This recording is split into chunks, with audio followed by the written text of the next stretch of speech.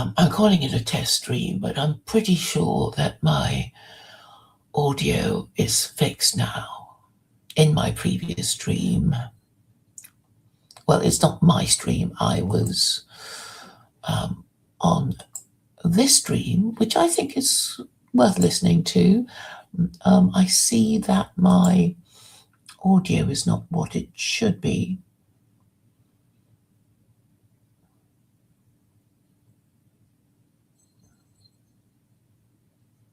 And that's why I'm testing it now to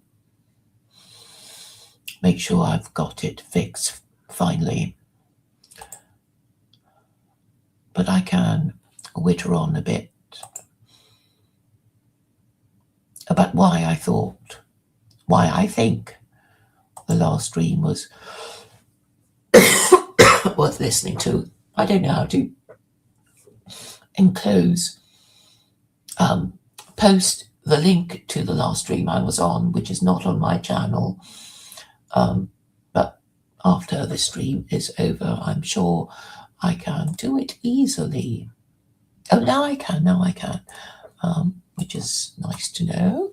And I'll do it now before I forget.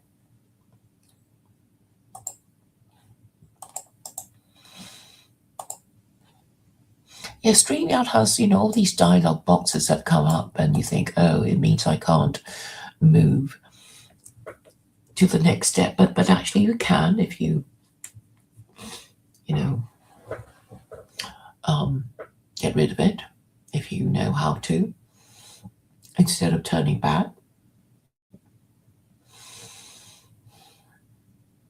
Why I felt the conversation was important was, when you're having a conversation, and sometimes it works when, the person you're talking to takes your point and asks a relevant question, and you can, develop your point a bit more. Or even if they disagree, and say why they disagree, at least some progress is being made with communication. What I really hate is when there is silence, there's no acknowledgement of the point that you've just made. Because even disagreement is useful.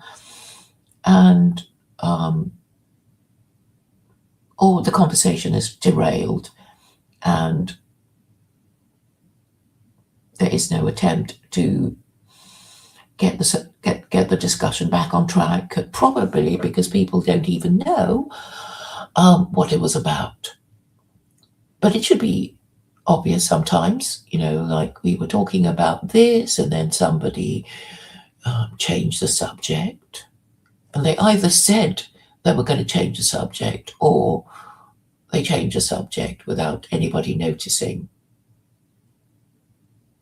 And that's why it's so important to have your streams properly titled, so at least you know what you're going to be talking about. And I think it helps to have a statement, a proposition, or a question if you really want to discuss something, not something retarded like chill stream.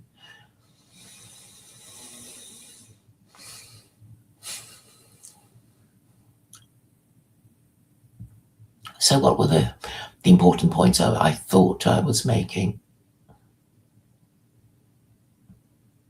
Well, they're important enough for me to remember them after, a trip to the pub.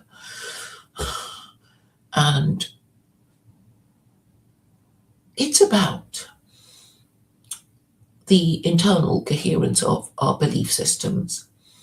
So there has been some discussion about whether belief systems are internally coherent.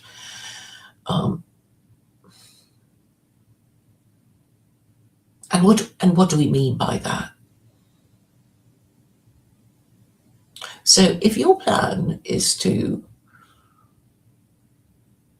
for example, worship God in order to get to the better place in the afterlife, then your life, this life, should be logically and necessarily an attempt pass the tests that you think this life is, that it is an examination hall, and you have to pass a test. Maybe you're given, 10 questions or 5 questions. It's usually 5 questions. When I was doing exams, 5 questions to be answered in 3 hours, 45 minutes each. And then you are told things like, read the question properly, do not answer a question that was not asked. However well intentioned the examiner is, they cannot award you marks for answering the wrong question. So read it carefully, know what it is expected of you, and answer the question. After having read it and understood what you're supposed to be talking about. And this is because so many students do not even read the question. They just basically vomit forth whatever knowledge they know about a particular subject and think, that's done. So they didn't grasp the object of the game, or the name of the game, or the rules of the game. They just thought by, writing about, just vomiting forth all they knew about a certain subject, that was enough. And of course it isn't. If you want to do well, you have to show that you understand the question and that you explain it better than other people. So, as regards the purpose of our lives, if you believe in God, then you have to pass a test. And for some reason, a lot of people find it, they don't want to think of life in this way. They want to think of it, I don't even know what they want to think of it as. It's like, well, either we are all blessed or cursed with an immortal soul that isn't going to just die after we are dead, and there will be, eternal bliss or eternal suffering depending on whether we pass a test or not.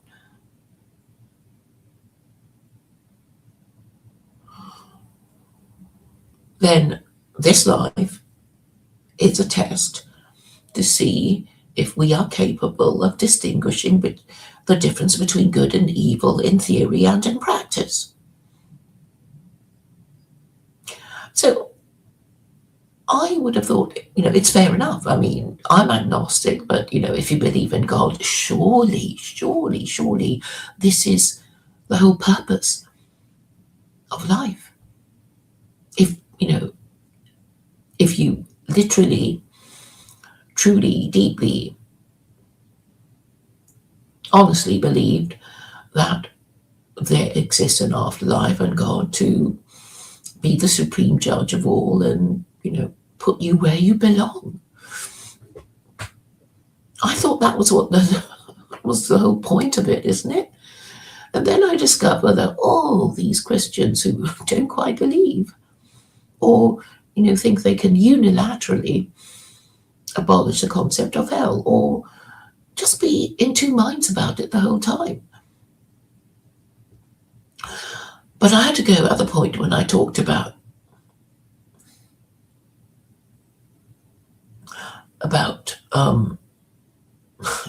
personalized curriculum. So a personalized curriculum is, well, I guess it's a kind of modern thing to take into account, mixed ability classes. It's like, that all these children in a class, we can't judge them by some objective standard of, having passed a test, because they're all of different abilities. Some of them might be, I don't know, retards or something. And so you have to give them a personalized curriculum to, at least reward them for their effort, right? And of course, it's a lot of work for the teacher. The teacher just prefers to give one test for everybody and do, and mark it the same way. Like, you got 10 10 out of 10 questions right, you get 100%. Well done, pat on the head, top of the class. So as for, oh, you must reward them for effort, even though they're very stupid and, that kind of crap. So, oh, is it crap? No, I didn't mean to call it crap, but I'm saying you are overburdening the teacher. Why don't you stream the children?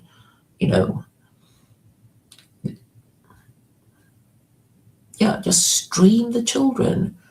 No mixed ability classes. So at least the job of teaching the children are easier. If you're stuck with a bunch of dumbos, you adopt the same teaching method that works for a bunch of dumbos and dunces. And if you have a very bright class, then you adopt a different method and talk to them in a different way. What's wrong with that? But this immediately brings to mind how God, if he exists, would be testing each of us, because obviously we're all mixed ability. Some of us get it, some of us pretend not to get it, and some of us don't get it at all because of, mental health issues, fear of, fear of the truth, maybe.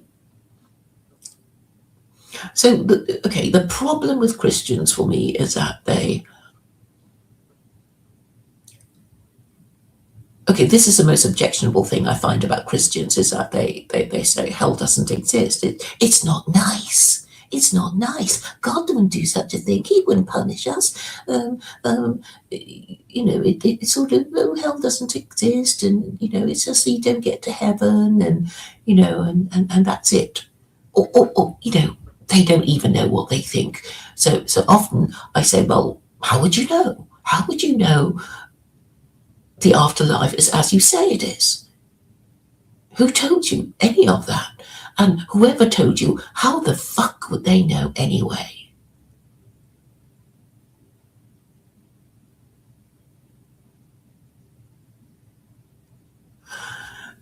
So there are people who think, oh, well, I'm definitely going to hell because, I'm an alcoholic or whatever. And it's like, well, actually, no, because, what's that expression? We're differently abled. So it's sort of like, well, how hard have you tried to overcome your evil inclination? That sort of thing, I guess, would be the personalized curriculum. And also there is a verse in the Quran that says, God will not burden a soul with more than it can bear. And I used to think it just meant, well, if you can't bear it anymore, you're just going to die, right? And then your troubles will be over. And that was basically what I thought it meant. But then it was only today that I thought, if God is omnipotent, omniscient, and perfectly moral, then of course he can come up with a personalized curriculum for all of us. So some of us might find it very easy to say no to alcohol or gambling or whatever that some other person would just find impossible to resist. And I'm saying, although the poor might envy the wealthy and the powerful, the point is that they actually have more temptations.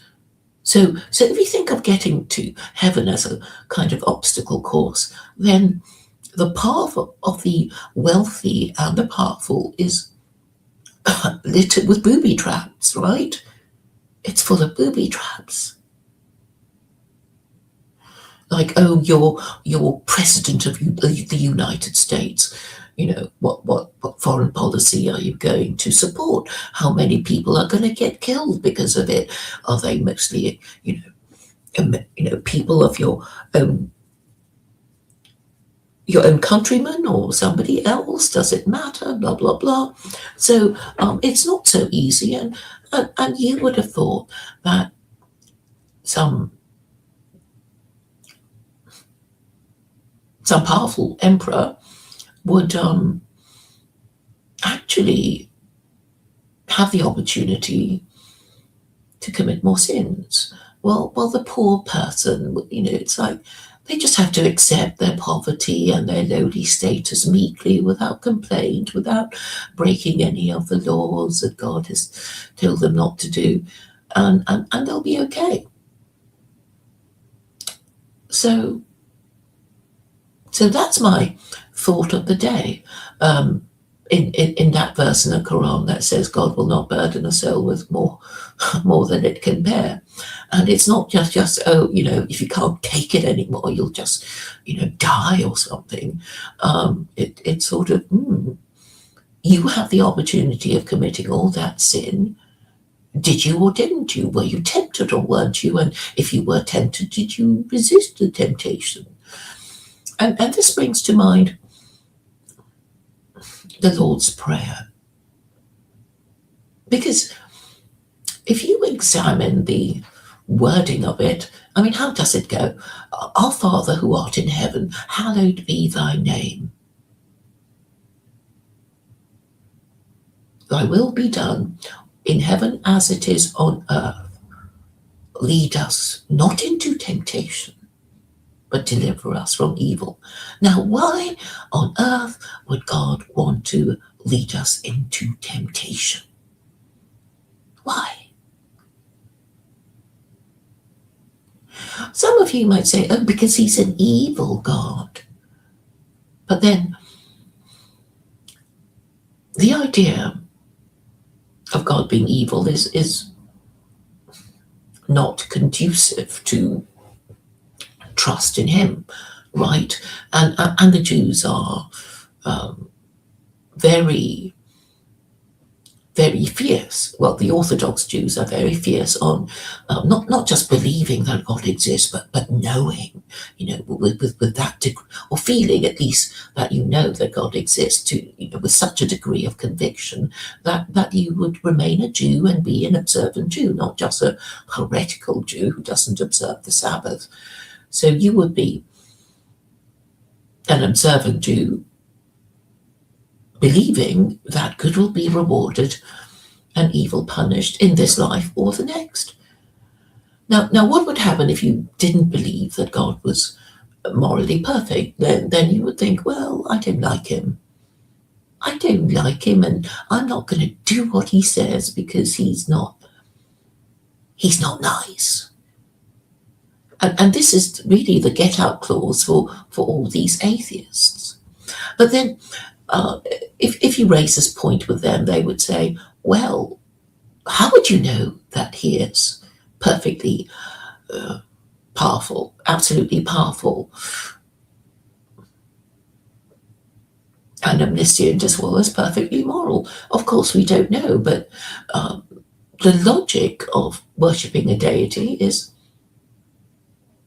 if there's a whole bunch of deities to choose from, you would, if you were being logical, choose the most powerful deity conceivable. It's not like, oh, I can't afford to worship the most powerful deity.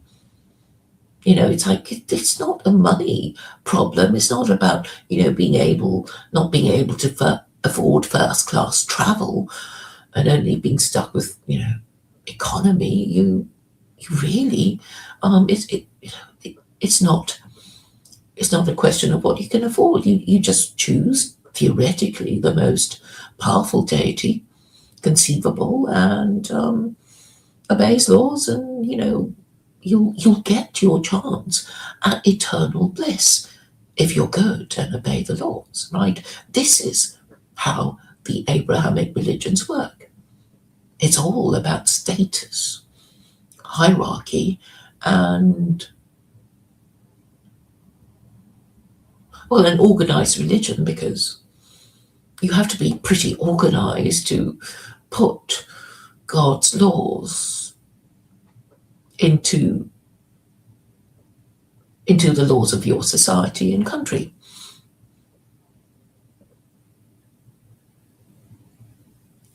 And whether or not we believe in the afterlife, we know from human history that it is the Abrahamic religions who are the higher status religions, right? And you can cynically say, as I do, it's because organized religion is better at organized violence, and this means organized religions are just better at acquiring empire, and then they get to kick everyone around. And that, I think, is undeniably true. So if you're a Gentile, you would choose the most powerful religion, wouldn't you? And currently, it's still Christianity, because the West identifies itself as either Christian or post-Christian. But that, I would argue, is a misunderstanding of the foundation of the American Republic. As I keep saying,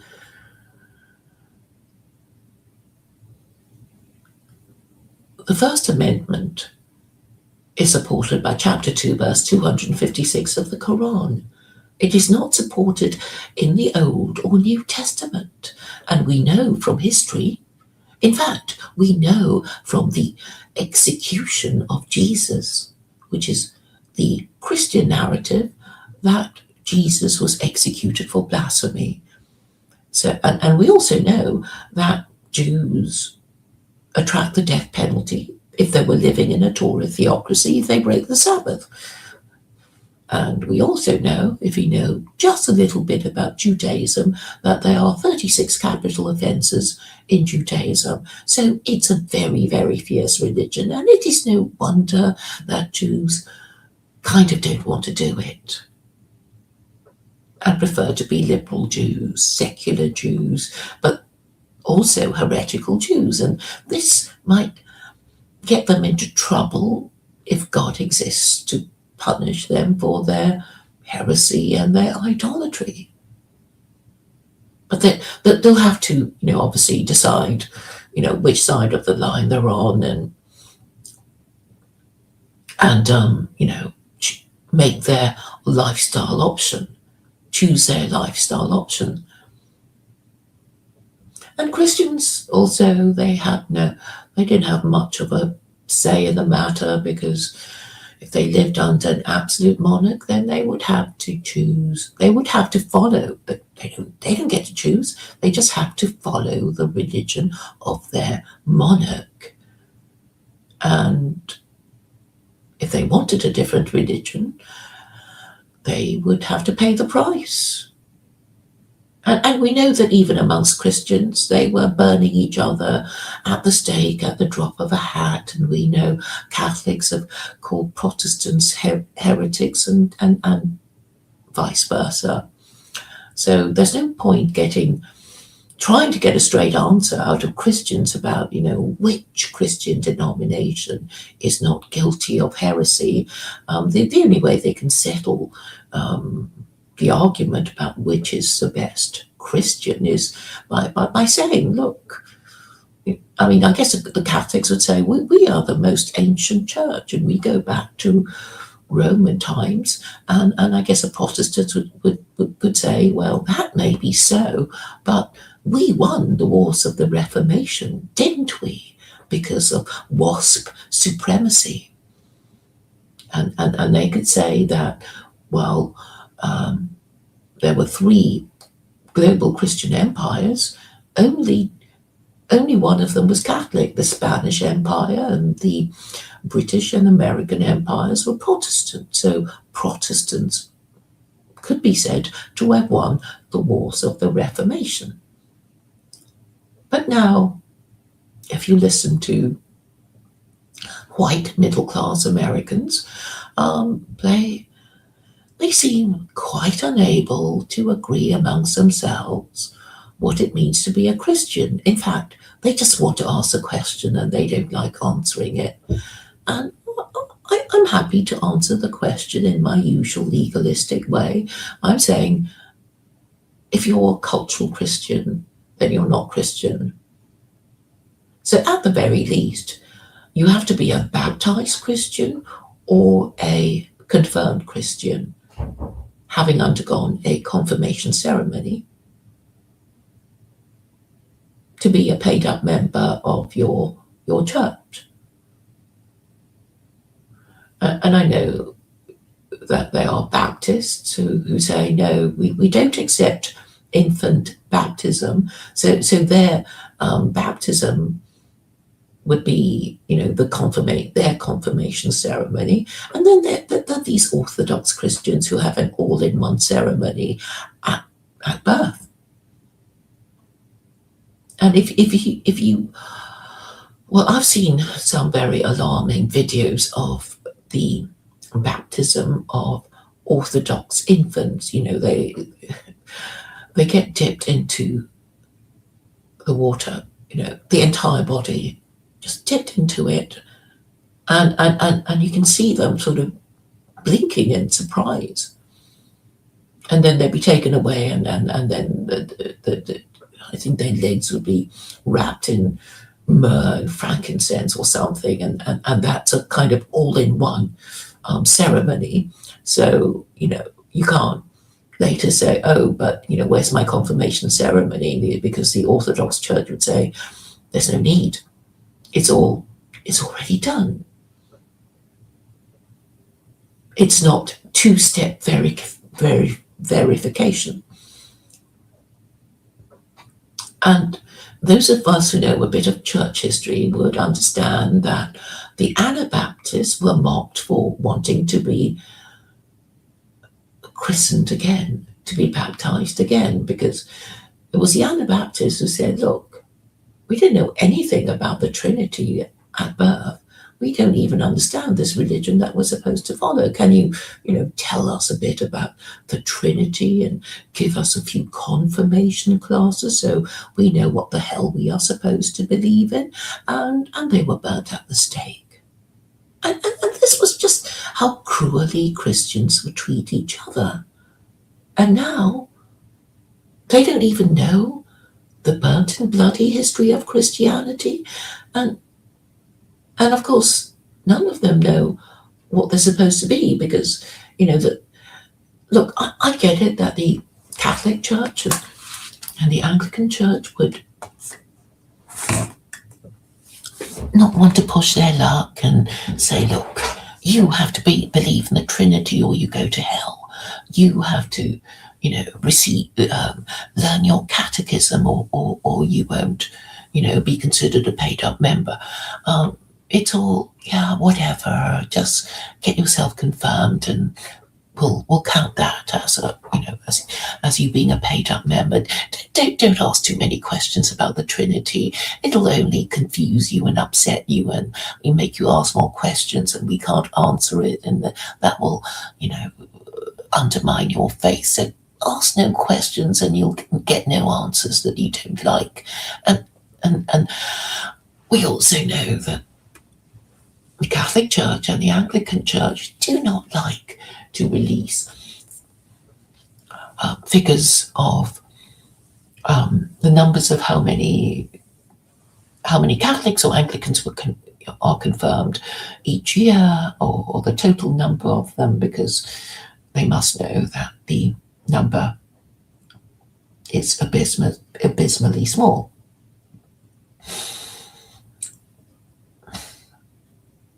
On Tuesday, I had another conversation with E. Michael Jones, and I'll be eternally grateful to him for, bringing to my notice so many things that otherwise would not have come to my notice, because when he was a professor and he lectured in American literature and history, he would know all about the Great Awakening. And as a Catholic, he was basically saying that the Puritans, since the 1600s, have been diluting their standards with the halfway covenant. So let me talk to you a bit about the halfway covenant that I only recently learned about. So there were all these Puritans who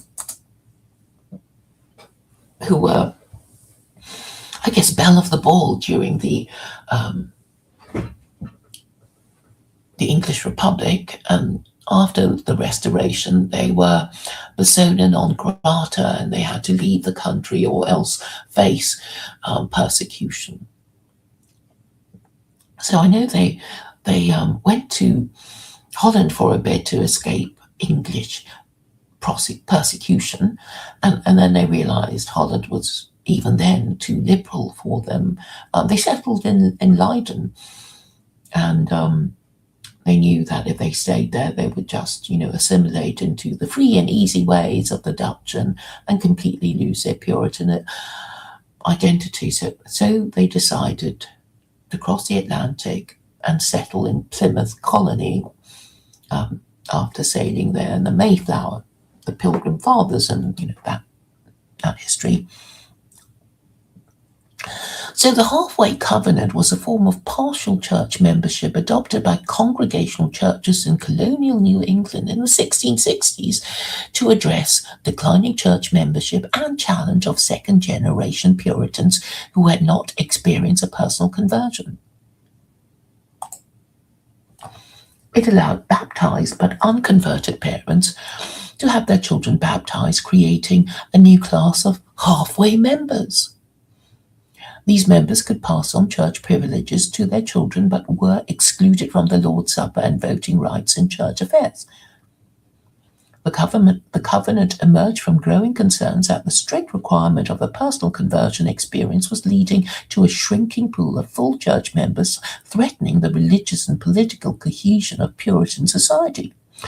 Proposed in 1657 by a ministerial convention and formally endorsed in 1662 by a synod of Massachusetts churches, it was a compromise to maintain church influence amid demographic and spiritual changes.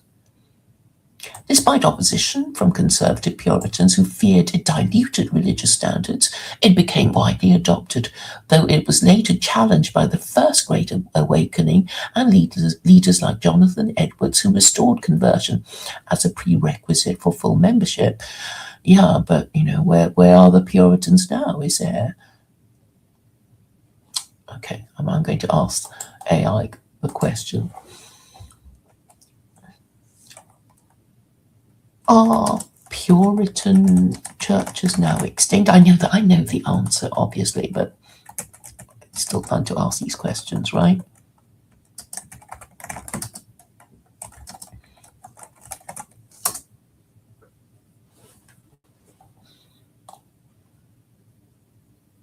Reddit has a link on, do Puritans still exist? Puritan churches as a distinct movement are extinct, but their legacy lives on through descendant denominations. The Puritans were not a formal church, but a reform movement within the Church of England seeking to purify it of Catholic practices. After the English Restoration in 1660 and the Act of Uniformity 1662, most Puritan clergy were expelled from the Church of England and became nonconformists. Today, direct descendants of Puritan congregations include Congregationalist churches, which inherited the Puritan principle of local church autonomy, self-governance. I hope my sound is okay. Great, I think you can hear me fine, thank you. Temporalis fascia. Let me carry on. Today, direct descendants of Puritan congregations include Congregationalist churches, which inherited the Puritan principle of local church autonomy, self-governance, Presbyterian churches, especially in the United States and Scotland, which upheld the Westminster Confession of Faith adopted by the Puritan-led Westminster Assembly. Yeah, I'm sorry, I'm a bit vague about the Westminster Confession of Faith. United Church of Christ, UCC, formed by the merger of many Congregationalist churches in the 20th century. Unitarian Universalist churches, UU. which trace their roots to early New England Puritan congregations that later rejected the doctrine of the Trinity. Yeah, it's just splintering and schism after schism. Additionally, Puritan theological values such as a focus on personal faith, biblical authority, and moral rigor strongly influenced the rise of modern evangelicalism, including movements led by figures like John Piper and Tim Keller. I don't know who they are. I haven't heard of them. While the historical Puritan movement ended in mid-18th century, their spiritual and ecclesiastical DNA persists in multiple Christian traditions today. Okay, so it's all, shall we dilute this principle or, make it non-negotiable, and let's pretend we're all actually obeying it when we can't. So obviously this is a problem, isn't it? So, okay, I know a lot of people have a problem with Jews, but what they do, which is so useful, is that they codify everything. They codify this and they codify that. They codify the 10 Commandments. They codify the 13 principles of Judaism. They've listed their laws as they've identified and listed and numbered the laws, a Jew should practice, and there are 613 of them.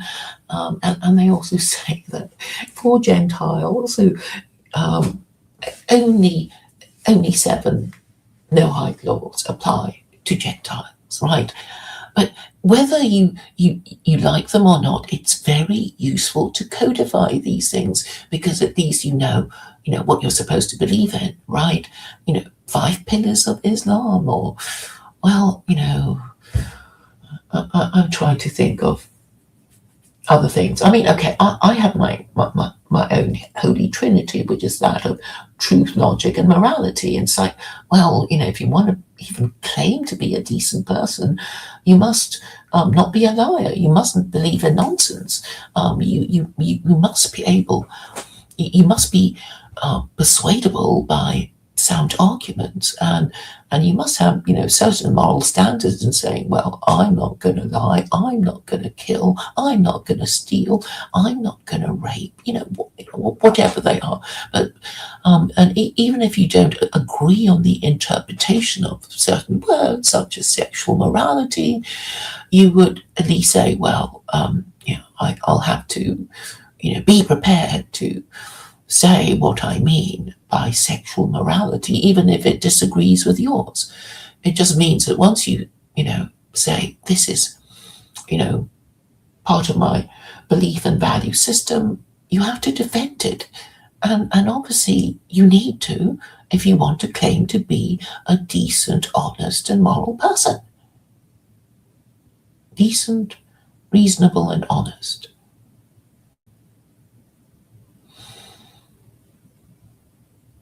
And obviously, honest, reasonable, and decent people only seek the company of other decent, honest, and reasonable people. They don't want to be, associating with frauds and outlaws and highwaymen and that kind of thing. Otherwise you'd be, you'd become the bad thing that you wish to avoid. So then, of course, there's in-group and out-group preference.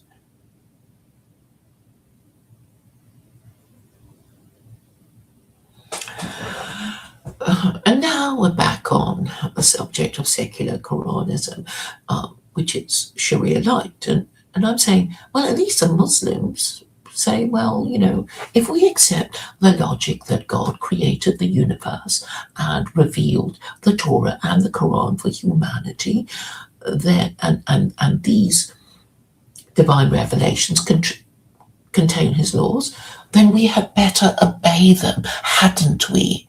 At least, whatever you think of Muslims fresh off the boat and, their suicide jackets or whatever, you need to accept that this is what they're supposed to think. I know a lot of them, they're also double-minded. On a good day, they'll, do their prostrations and claim to be Muslim, and on another day, they might, be in a casino eating a ham sandwich, drinking a cocktail and gambling. So, but at least you and I know what a Jew or a Muslim are supposed to avoid. But do we know what a Christian is supposed to do? Apart from believing in the Trinity. And they don't even do it. They don't even believe in the Trinity. They don't understand it. Do they? No, they don't. And Sam Tideman has been very useful because, I guess he wants to show how clever he is and, be different. Oh, I'm a Unitarian, I'm a Unitarian. I'm not, I don't believe in absurdities like the Trinity. And it's like, okay, but don't send your kids to a Trinitarian church and then complain that they are being bullied for their dad being a heretic. So if you don't want that to happen, I guess, and you still want to go to church and send your kids to church, then shut up. But I guess Sam Tideman cannot help himself. He wants to show off how clever he is. And, go look at his channel, Transfigured. It's all about, oh, I'm so clever. I'm just so good at talking nonsense that nobody else gets. And I invite guests who talk about nothing anybody gets, and we can just, sing like birds with word salad after bowl of word salad after platter and banquet of word salad and produce content and say what a clever boy I am. I guess that's what he's doing. But but you see, this doesn't make sense. So, a Unitarian Christian, I suppose I should be, nicer to Unitarian Christians because at least what they believe is closer to the truth, and Muslims are, supposed to, not that I am Muslim, but, Muslims perceive Unitarian Christians to be closer to Islam than Trinitarian Christians. And I'm saying, why are you staying there? Why are you in this no man's land of Unitarian Christianity? Because, you know what? I actually attended a service in a Unitarian church because I'm interested in these things, right? I'm interested in these things. So I go and, observe their services, and of course it's completely different. No hymns, it's just some made up ceremony conducted by an American woman who she made the children pick up a pebble which is symbolic of sin or bad stuff, and then put it somewhere else as a symbol of being released from the bad stuff, the burden, the boulder of burden, the stone of sin, or whatever. Anyway, pebble of punishment, something like that. And the children immediately did it. And I was like, yeah, but there was something, to my mind, absurd about it, because even if I didn't really believe in the Eucharist and communion and whatever, having observed it, it's like, it's quite interesting. They think they're drinking the blood of Jesus and eating his flesh. But in all the church services I've been to, that's what they do and that's what they believe. And if they, eat the flesh of Jesus and drink his blood, they will, ingest from that a bit of the divinity of Jesus. And this is basically what cannibals do, right? If you read up any ethnography of cannibals, it's like, they think that by eating their enemies, they take on the qualities of the enemy whose flesh they consume. It's a very primitive thing, and well, there you go. That's a kind of, but anyway, I'm just saying, it's such an old ceremony that they've kind of perfected it. You stand up. You're not supposed to take communion if you're in a state of mortal sin, because then, it will just be worse for you, and then people can make judgments of you. Oh, why isn't so and so taking communion? What's wrong with him or her? What mortal sin is he or her?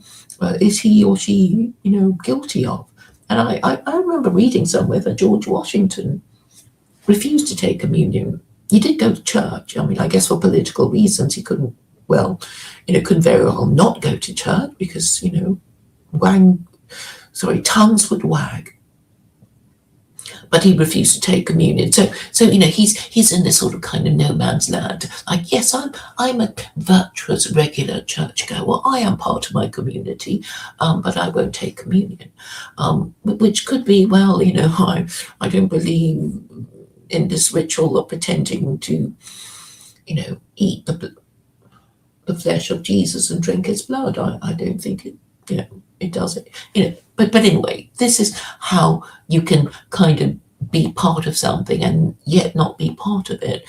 And Washington was, he's a politician. He was a politician, so he understood, how to take these positions. Jefferson was an out and out Unitarian, and he created the Jefferson Bible, and it's actually very informative, because the Jefferson Bible, correct me if I'm wrong, is really no different from the red letter Bible, which just has in red the words that Jesus was supposed to have said according to Matthew, Mark, Luke, John. So Jefferson was saying those are the words that we should be paying attention to. Forget the miracles, just leave it out. And as for the Pauline epistles, it's like, well, Paul never even met Jesus. He was making it up as he went along. Ignore him. But anyway, the whole point of the founding of the American Republic, and okay, I get it that, the government won't be telling ordinary Americans this sort of thing, but it was a partial rejection of Christianity, wasn't it? I mean, obviously it was, The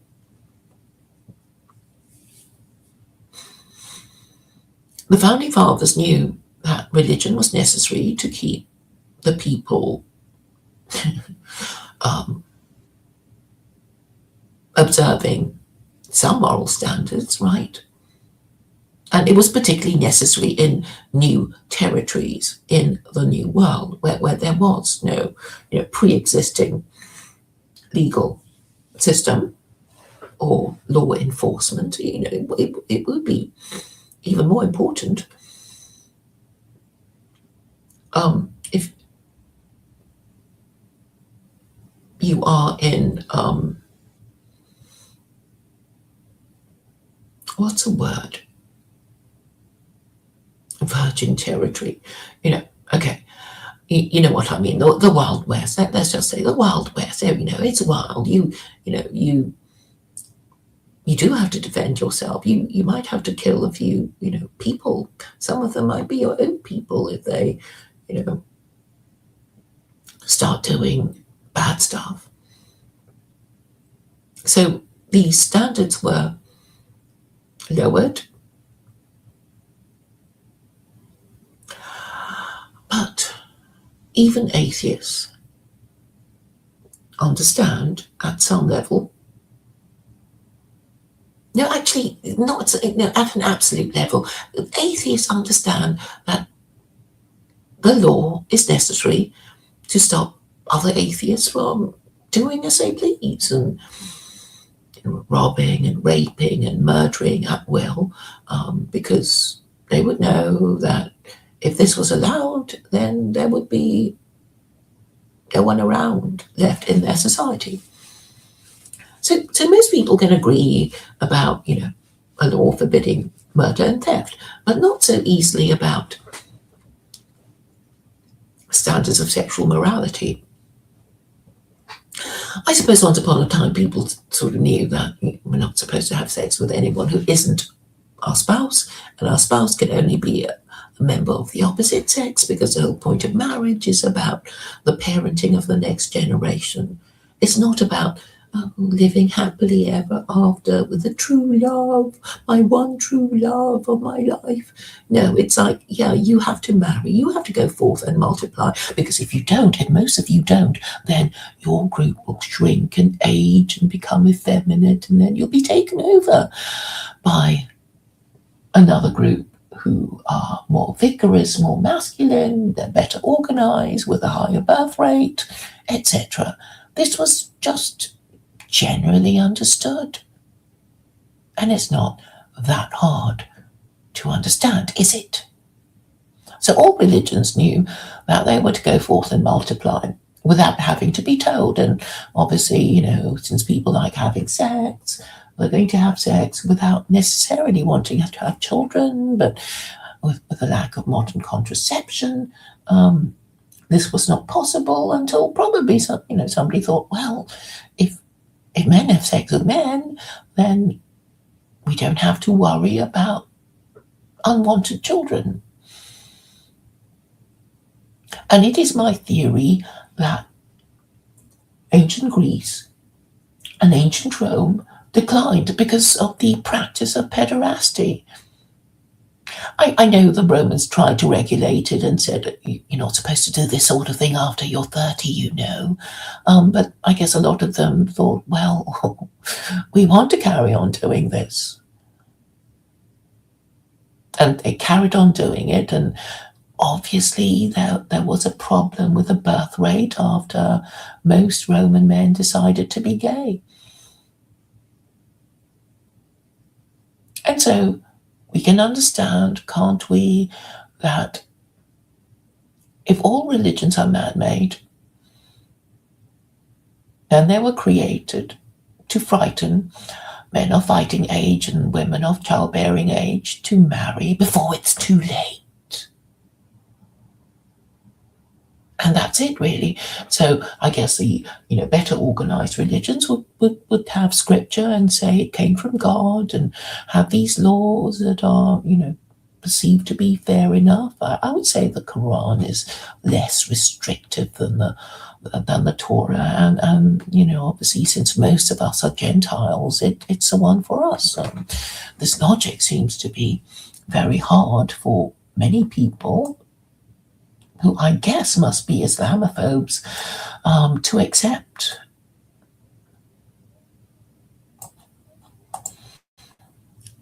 So thank you for your words of encouragement. Temporalis fascia. Luke and Neil of TLC keep inverting the concepts of sincerity versus authenticity, as was presented by Hans Georg Müller and Paul J. Ambrosius's theory of prolificity. Oh my goodness. PVK stole the concept and twisted it. Well, I still don't know what it means. And I don't think people need to, right? It's like, you need to say what you mean for people to understand what you're saying in order to agree with you.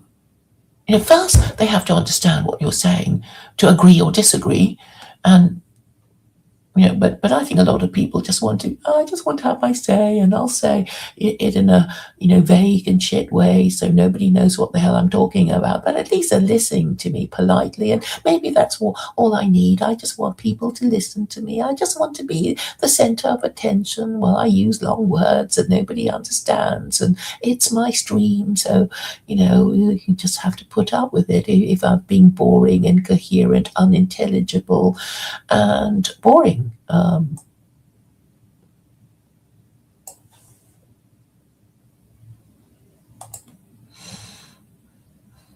Do you think The communal ritual.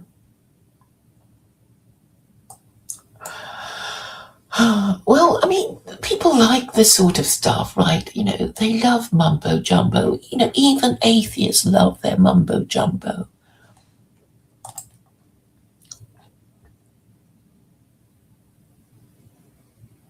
Well, I guess the Romans enjoyed their orgies, right? And if you think, ooh, it's a holy orgy with holy prostitutes, well, that would get the punters in. The Roman god's mystery, right, cult of Mithras, influenced Paul of Tarsus, who was a Stoic Middle Platonist. The cult of Mithras, something to do with some soldier or warrior cult or something? Is it something to do with Invictus or something?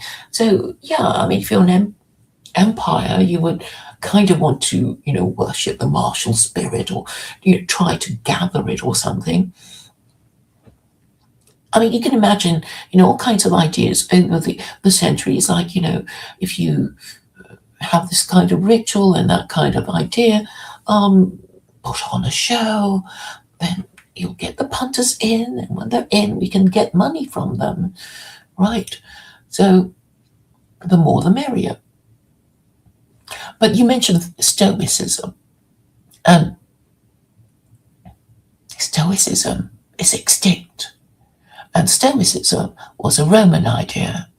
It means putting up with shit, right? It's like, oh, we can't do anything. We just have to put up with shit from our emperor or whoever's directly above us. And that's why you need jihad, right? You need, well, I'm not going to put up with that.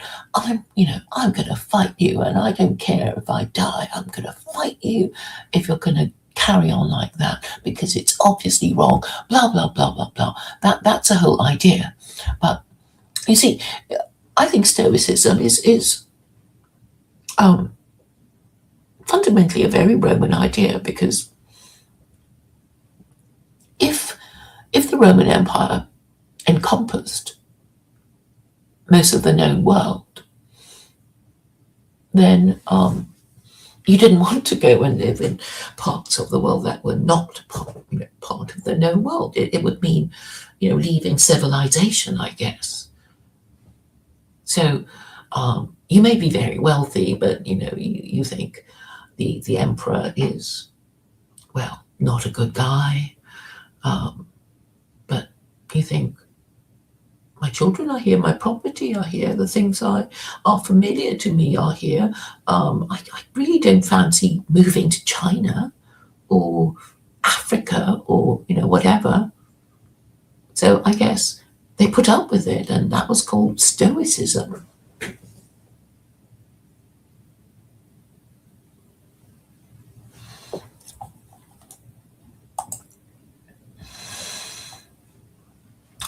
Yes, I'm subscribed to Oren McIntyre.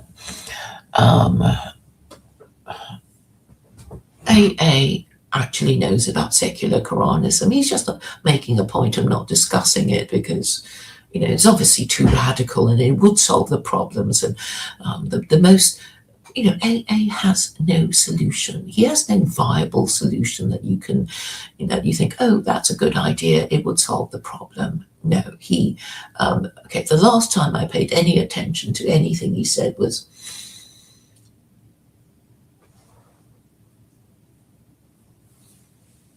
AAA, his daughter, would have produced grandchildren who would overthrow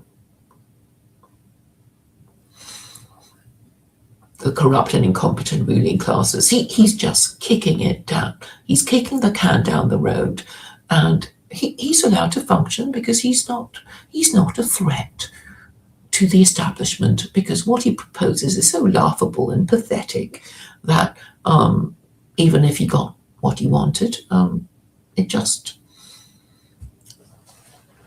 it just wouldn't threaten the establishment. So that's why, he's allowed to, write books under his name and, sell courses to cowardly middle-class people who want to identify as being middle class and think he's so clever, and so middle class, and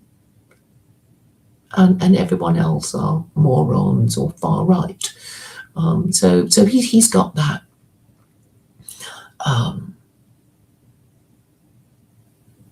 He's got that niche in the market. Or in McIntyre, he always sounds so angry, and I know he's Catholic and an Islamophobe, and he recently had Nick Land and Alexander Dugin, and it's like, what the fuck are they talking about?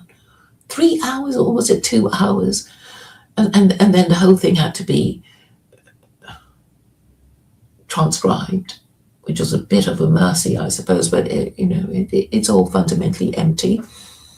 I don't even know why they tried to assassinate Dugin. He hasn't got anything that is even radical. He just wants, Russia to be orthodox, and what else did he say? Oh, let's just not rotate between liberalism and nationalism and socialism. There must be a better way. The end. Well, he did say something about, we must think of the people. The end. I can barely believe it myself that I'm the only one with something approaching a viable idea that works in theory and could, in theory, work in practice.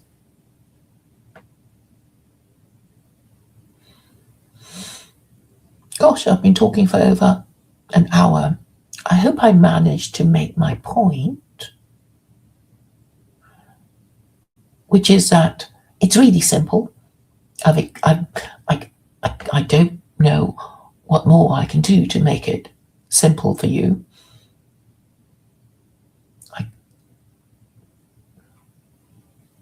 And it's as simple as ABC. If you believe that God exists to punish evil and reward good, then if you really believe, then you're prepared to make sacrifices, take risks, and do what it takes to speak truth to power.